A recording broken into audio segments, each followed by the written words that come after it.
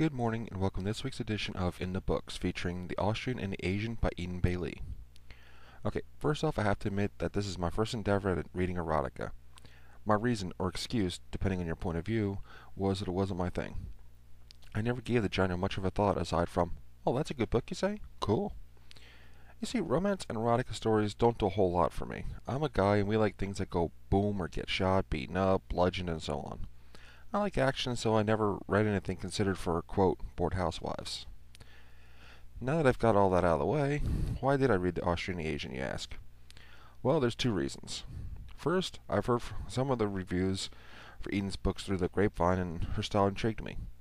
Second, my wife read it and told me how much she enjoyed it, and how the writing style reminded her of mine. Hey, those of us with formal writing styles need to stick together, right? So, being the curious and open-minded person I am, I picked up a copy a few weeks back and started reading it a short time ago. One of the first things I noticed was the lack of stereotypes.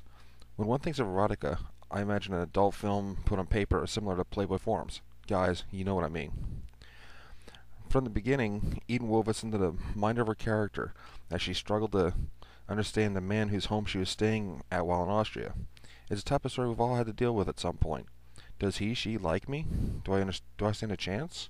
And of course, the rationalization we all go through saying they weren't that interested, or I didn't know what they wanted. As the characters go through this metamorphosis, we're drawn into their lives and want to see them live happily ever after. As a first-time reader of this genre, I was pleasantly surprised and will probably check out Eden's other books at some point.